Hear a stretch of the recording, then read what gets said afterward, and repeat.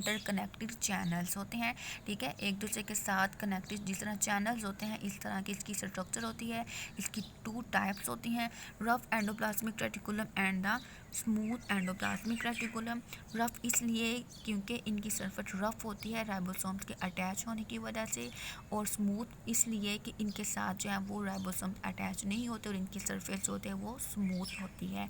Function के according देखें तो जो रफ होते हैं वो प्रोटीन सिंथेसिस करते हैं, स्मूथ जो होते हैं वो लिपिड मेटाबॉलिज्म करते हैं और साथ में मटेरियल की मूवमेंट भी कराते हैं। इसके अलावा जो है वो स्मूथ कुछ हार्मफुल जो केमिकल्स या मटेरियल्स होते हैं उसको हार्मलेस भी बनाते हैं।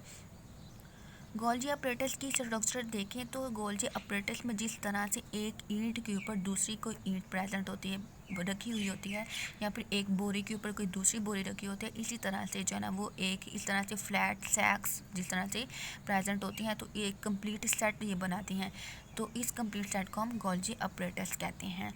और फंक्शन देखें तो फंक्शन जो गोल्जी अपरेटस का है वो ये है कि एंडोप्लाज्मिक रेटिकुलम की तरफ से कोई भी मटेरियल जो बन के आ रहा है, प्रोटीन है, लिपिड्स हैं या कोई भी केमिकल या मटेरियल है, तो ये उस मटेरियल को पैक करती है।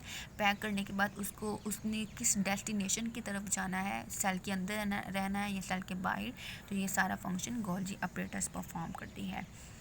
नेक्स्ट क्वेश्चन है कि लाइसोसोम जो है इसकी स्ट्रक्चर और फंक्शन बताएं। तो लाइसोसोम जो है स्टूडेंट्स सिंगल मेम्ब्रेन बाउंडेड एक ऑर्गेनेली है और इसके अंदर जो मटेरियल होता है वो डाइजेस्टिव एंजाइम्स होते हैं, ठीक है। तो इसका फंक्शन जो है ये होता है कि ये जिस मटेरियल को भी डाइजेस्ट या ब्रेक डाउन करना होता है उसके साथ बाइंड करती है और उसको ब्रेक कर देती है, चाहे वो फिर फूड मटेरियल है या फिर कोई बैक्टीरिया है जिसको किल करना हो, तो ये लाइसोसोम फंक्शन परफॉर्म करती है, डाइजेस्ट कर देती है मटेरियल को।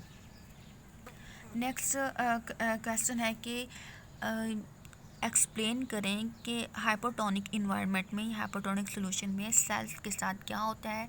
तो प्लांट सेल है या फिर एनिमल सेल है, जब हाइपोटोनिक सोल्यूशन में रखा जाता है तो हाइपोटोनिक सोल्यूशन में चूँकि सोल्यूट की मिकदार ज़्यादा होती है इसलिए सेल के अंदर का जो वाटर है उसमें सोल्यूट की मिकदार कम होती है, वाटर की मिकदार ज़्यादा होती है। तो वाटर जो है ज़्यादा मिकदार से कम मिकदार की तरफ मूव करता है, तो सेल के अंदर से वाटर बाहर मूव करेगा, तो इससे सेल खुद जो है वो क्या हो जाएगा, श्रिंक हो जाएगा वाटर लॉस होने की वजह से। ओके, हाइपोटोनिक इन्वायरमेंट में सेल जो है वो श्रिंक कर जाते हैं।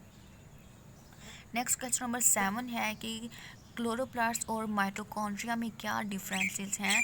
तो क्लोरोप्लास्ट और माइटोकॉन्ड्रिया दोनों ही डबल मेम्ब्रेन बाउंड